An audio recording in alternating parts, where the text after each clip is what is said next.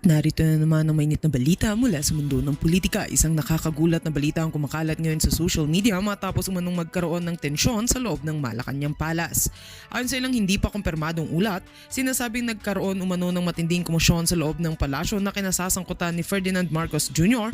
o mas kilala bilang PBBM. Dahil dito, mabilis na nag-trending ang usap-usapan tungkol sa umano'y warrant of arrest na sinasabing inilabas ng Korte Suprema sa Philippines. Ngunit hanggang ngayon, wala pang opisyal na kumpirmasyon mula sa mga otoridad. Ayon sa ilang netizens, may mga kumakalat na impormasyon na nagsasabing may dokumentong umanong permado ng korte laban sa Pangulo. Gayunman, binigyang diin ng ilang political observers na dapat maging maingat ang publiko sa pagtanggap ng mga balita na hindi pa beripikado. Sa ngayon, wala pang formal na pahayag mula sa Malacanang Palace ukol sa naturang aligasyon. Samantala, patuloy naman pinag-uusapan ng mga mamamayan kung totoo nga ba ang balitang ito o isa lamang itong maling impormasyon na kumakalat sa internet. Ang ilang eksperto sa politika ay nagsasabing mahalagang hintayin ng opisyal na anunsyo mula sa mga kinauukulang ahensya bago magbigay ng anumang konklusyon, lalo na kung sangkot ang pinakamataas na pinuno ng bansa. Sa ngayon, nananatiling palaisipan ang tunay na nangyari sa loob ng palasyo. Hinihikayat ang publiko na maging mapanuri at huwag agad maniwala sa mga kumakalat na balita hanggat wala pang kumpirmasyon mula sa mga opisyal na institusyon. Patuloy naming babantayan ang susunod na updates kaugnay ng kontrobersiyang ito. Panoorin ang susunod na ulat para sa iba pang detalye. At yan nga ang mga balitang ating pagkakatutukan, at kung bago ka pa lamang sa aking channel ay huwag kakalimutang mag-like, share and subscribe para updated ka sa mga bagong balita dito sa Tatak Pinas.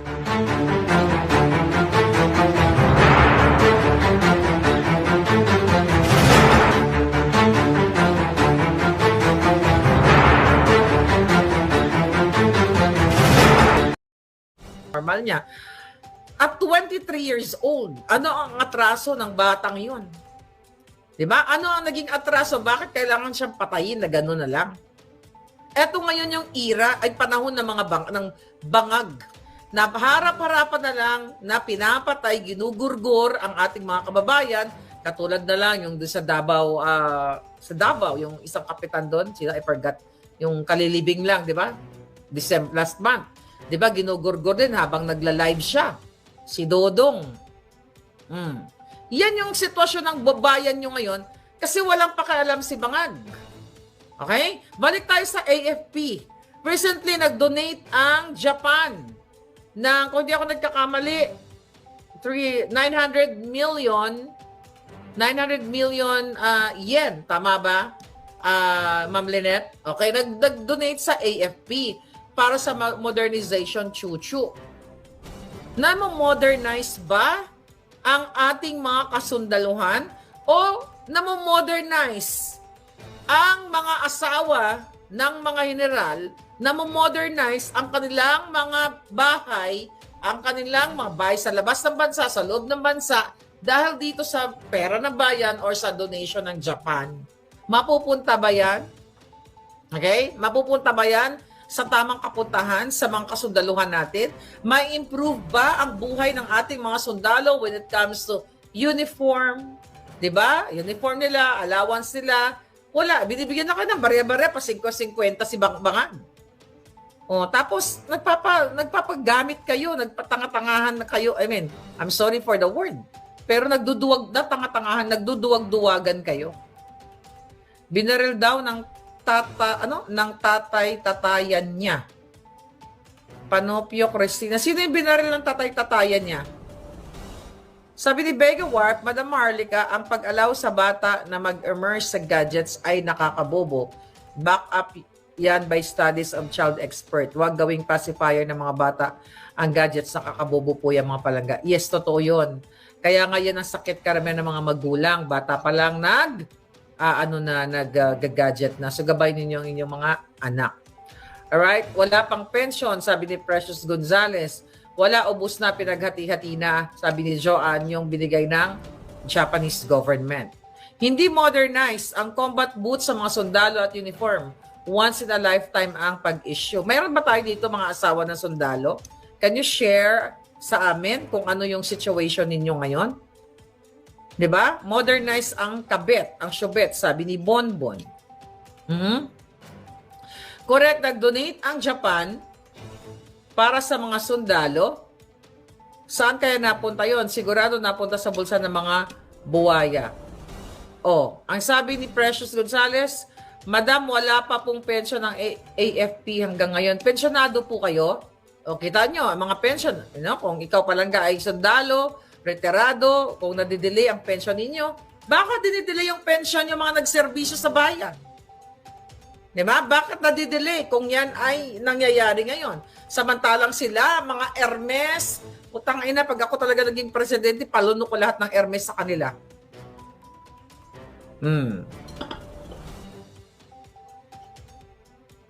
Ayan. Ano daw? Ayan ang sabi sa comment sa real stepfather niya daw. Okay, sabi ni President, Madam, tatay ko retired soldier, delay na ang pension. Ayan, retired soldier.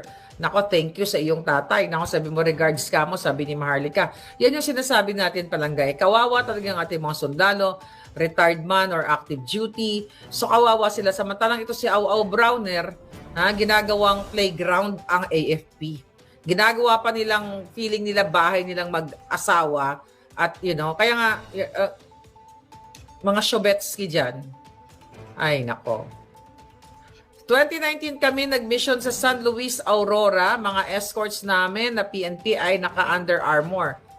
Sabi lahat at bago ang mga gamit. Noong 2019, noong panahon ni PRRD, napalitan na ba yan? Kasi syempre kailangan nag-upgrade. Tama? Okay, Madam Maharlika, hindi pa nagsasagot si Browner yung issue na kinupit umano ang 15 billion pesos for modernization. Sana for year 2023 and 2025. Pero ghost funding lang pala yung 15. Yes, 'di ba? Kasama yan sila diyan sa in-expose diyan sa mga budget insertion. Kasama lahat sila. Kaya sabi ko nga sa inyo, wala nang pag-asa ang ating bayan kung hindi talaga kayo kikilos. Dahil ang nangyayari ngayon, puro na lang kajotahan. Bakit kamo? Okay? Tignan natin dito kung ano mga nangyayari sa bayan natin. My God. Magkano binigay? 337 million ang binigay ng Japan for security assistance para sa military modernization. Okay? Ngayon lang yan. I hope kung teka, wait. Nagbigay na. So, ibig sabihin, nandiyan na sa kanila. Nagbigay na eh. Hindi naman sinabing ibibigay pa lang. So, naibigay na. Nasa na yung pera. Okay, recently, mga kababayan, sabi dun sa news, ay si Bonoan nakauwi na sa Pilipinas. Ang question, naka-ready na bang script nila? By the way, paki-atake nyo nga sa comment section itong si Hope, si Libiran. Sabi mo sa kanila, kay Libiran, kay Ugliness Libiran, bakit ka daw tinatanong ng mga sundalo, bakit ka pumapasok sa opisina ni Au Browner? Ano bang ginagawa mo kamo doon? Tanungin nyo. Ka ba doon? Nagpapa-breastfeeding program? Diba? May breastfeeding program ka ba doon? Yun ang kailangan natin malaman. Okay. Okay, mga kababayan. Tignan natin to. My God. Ano ang sabi? Si Jalpot nagpa-jiyot-jiyot. Sama sa Shonda, nagbiga-biga 2 hours ago. Yan na, may litrato na. Nakauwi na ng bansa si DPWH Secretary Bonoan ngayong linggo, Enero 18, ayon sa Bureau of Immigration. Lumapag umano si Bonoan sa NAIA sakay ng China Airlines mula Taipei, Taiwan. Wala rin umanong kasamang bumalik ng bansa si Bonoan ayon sa Bureau of Immigration.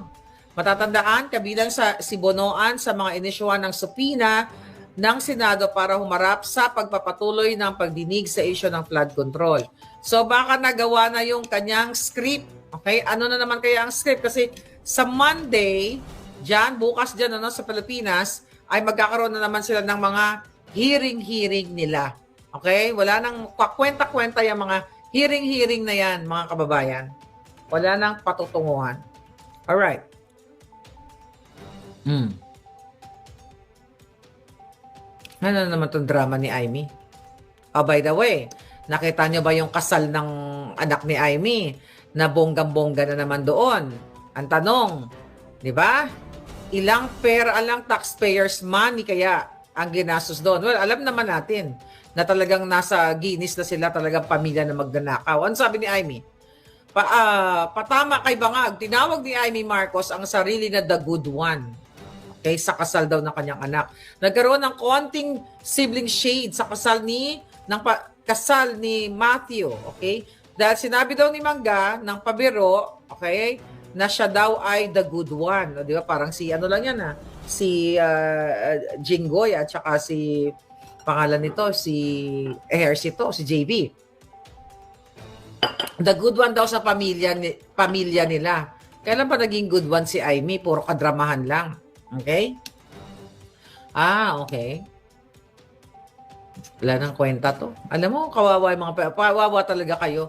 Sila, pag kinakasal, 3 ang reception, 2 beses kasal, may mga renewal of vows pa, mga ganyan silang mga kajotahan. Samantalang kayo, hindi kayo makakain ng masarap na pagkain dahil ninakaw na ng mga putang ina, di ba? Ewan ko, sabi ko nga sa inyo, dapat kayo gumawa talaga ng aksyon. Kayong mga rebelde, no? Kayong mga rebelde na yan, mga rebelde kayo sa bayan, kayong mga rebeldeng sumisira sa bayan, dapat na talaga kayong kalusin. At ang pinuno nila ay si Bangag. At kayo namang mga sundalong the good ones, okay? Kayong mga good ones, dapat kayo ay kumilos na at manindigan para sa inyong pamilya. Wala na, pero cover up. Okay, puro cover up. Alam ang ina-highlight na yan, si Atong Ang, okay, posibleng umalis na ng Pilipinas sa chuchu. Alam naman ni Rimulya kung nasaan si Atong Ang. 'Di ba? Alam mo, Rimulya, kung nasaan si Atong Ang, huwag ka na nga magmaang-maangan. Tumigil ka sa kajotahan mo. Yung bulate, ha?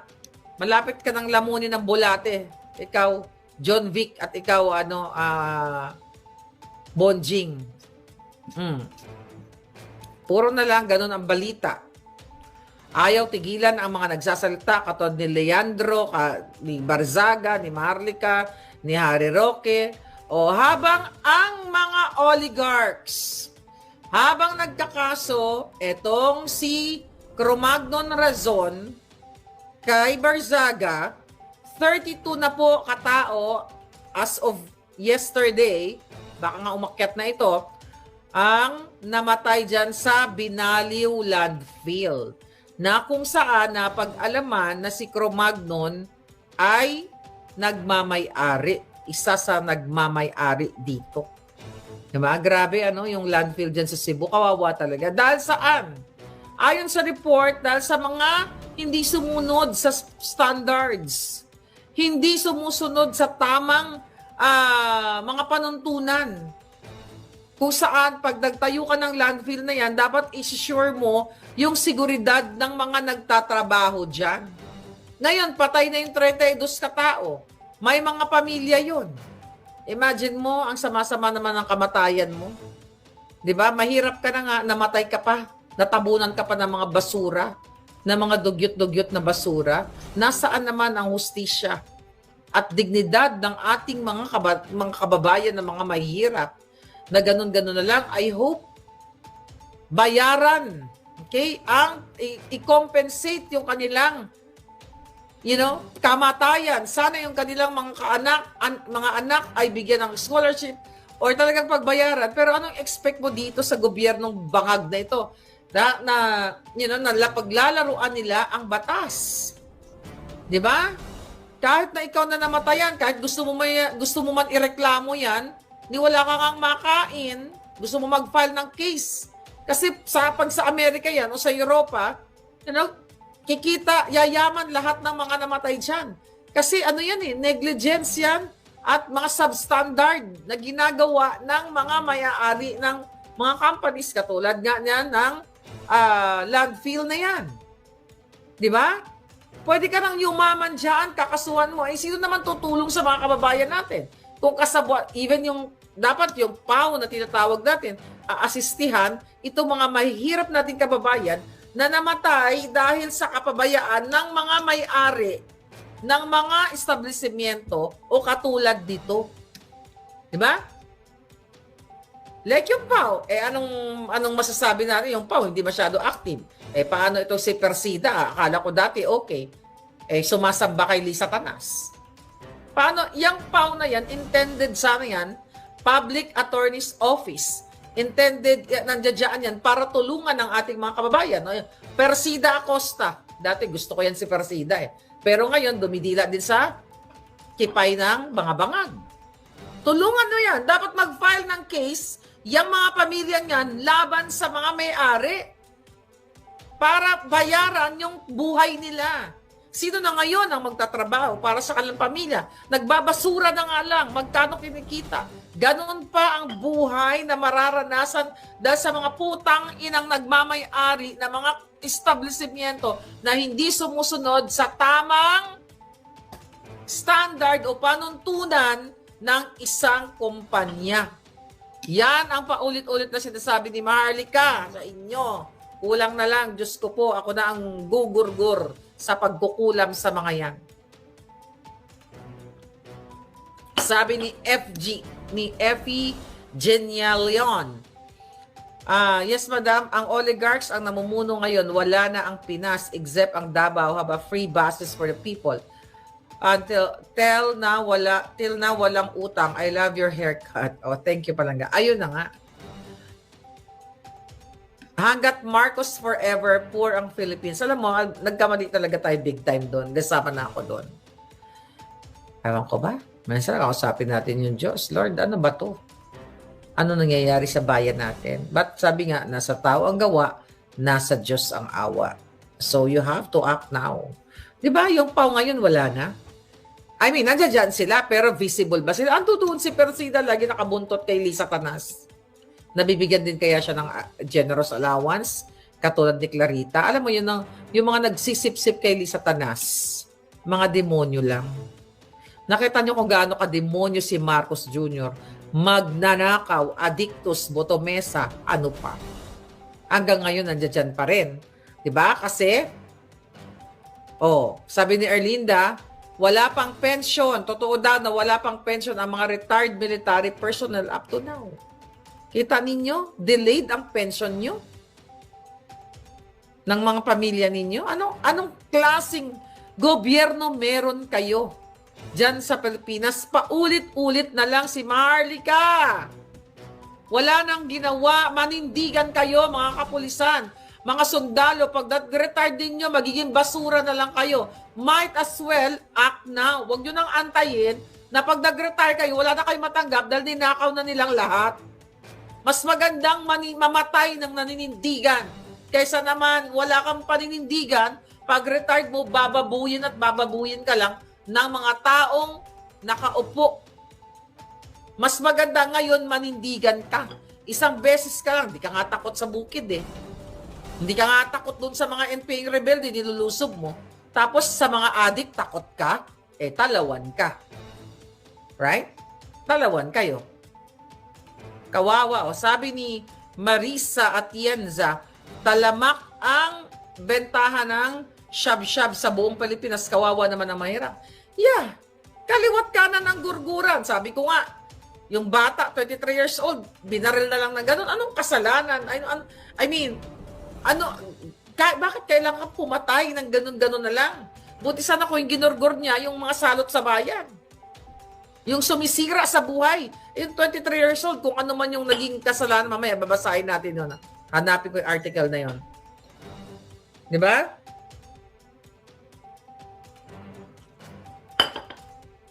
Sabi ni Hazel Corpus,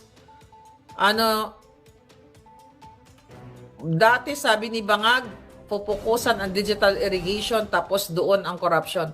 Wala po, lahat ng sinabi ni Marcos Jr., di ba nung in-interview ko siya, utang inang yun, kung pwede ko lang i-reset yung buhay ko, tapos nung kasama ko si Bangag, nilubog ko siya sa Kumunoy at saka si Lisa Tanas. Di ba? Nalubog, patay na sana sila, no? Nalubog na sila. Kung pwede natin ibalik, di ba? Kasi uso ang throwback ngayon, 2016. Nakapag-entry na ba kayo ng 2016 throwback ninyo? Sabi ko sa entry ko, ako pa rin to. Okay, ako pa rin, the same Maharlika na bumuboljak sa mga demonyo. Okay? Doon sa mga sundalo, sana magnilay-nilay kayo. Right? Magnilay-nilay kayo at, wag nyo nang antayin yung pension nyo. Manindigan kayo. Ako, tignan mo ako, hindi naman ako sundalo. Mas masarap mamatay ng lumalaban kaysa mamatay ka na duwag ka. Anong gusto nyo? Nabubuhay ka sa puro kaduwagan? Yes, Hazel Corpus 887, organic yung beauty natin. Ang fake lang yung hair ngayon. Fake lang yung hair natin today. Pero, I have beautiful hair, darling. Yeah. Pero okay lang naman, magparetoke kayo kung hindi kayo masaya sa mukha nyo. Magparetoke kayo. Gawin nyo na lahat. Basta may pag tumabingin yung ilong nyo, siguraduhin nyo lang may pang retoke, may pang repair kayo. Kasi di ba? Maraming mga nagpaparetoke na yung mga ilong nila talagang tumatabingi. Swerte ka na lang. Tingnan mo yan si Michael Pacquiao. Parang naging Aboji de Begaru. Yung mukha niya, mukhang hindi na siya Bisaya ba? Nadudong ba? Ang itsura na niya, pag nakaharap mo, Aboji de Begaru di Guru. Ganun na yung salita. Oh my God. Sino? Surprise, sino? Colonel Odi? Yeah, marami naman mga naninindigan na mga retired general. Laging Pakistani na daw. My opinion, naging Arabong pango. Tumangos na nga, very. Okay, Sarah Kaluwing, thank you palangga. Kamukha na ni Sing, sabi ni Bonbon. No, I mean, well, this world is crazy. Okay? Itong mundo kasi, kung minsan din sa bahay, sabi ko, kung may mga kaibigan ko, sabi ko, kung meron kang babalikan na panahon, ano yung panahon na gusto mong balikan? Ako gusto ko panahon na balikan yung walang gadget. Okay? Mas masarap ang buhay natin doon at walang mga retokada. Diba? Gusto ko panahon kasi at least, makikita mo talaga yung real, yung pagiging genuine ng tao, di ba? Pero wala nagbago na talaga ang panahon. At ang mga pabata kasi ngayon, na masyado silang mabilis na na-impluensyahan ng mga artista, di ba? Diyan yung mga Kardashian na yan. Di ba? Yan ang pasimuno lahat ng mga pagpaparitoke ng suso, ng mukha, ng, mga ganyan. Kung meron akong babalikan na panahon, yung panahon natin, nung bata tayo. Di ba? Nung wala pa tayong pera, pero nakakakain tayo ng tama kahit pa paano. Sabi ni Hazel, gusto ko, Hazel na babalikan mo? Gusto ko balikan nung wala pa kaming pera. Mas totoo ang tao.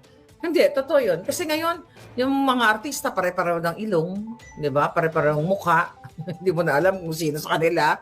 Tapos ganun din, parang kahit anong mukha pwede mong ipagaya. I mean, ako kasi, siguro, sinwerte lang tayo, kaya may ganun tayong pananaw sa buhay. Pero actually, maraming mga nagsasabi sa akin na, why don't you enhance this, enhance that? Anong i-enhance ko? Okay na ako. 'Di ba? I want to do grocery shopping like it's 1999. Sabi ni Rodrigo. Ni Kato B pala, Kato B. Alright, bakit 1999 palangga? Bakit gusto mo mag-shopping ng 1999? Saan ba ako niya nung 1999? 1999, nag-work na ako niyan. 3 years na ang anak ko niyan. Batang ina na ako niyan. Sabi ni Joanne, 80s yung babalikan niya. Yeah, okay din 80s, pero batang-bata pa ako nun palangga. Wala pa akong animo nung 1980, so very young. Hindi ko masyado matandaan. Natandaan ko, pero mas gusto kong balikan yung college days ko. 1990.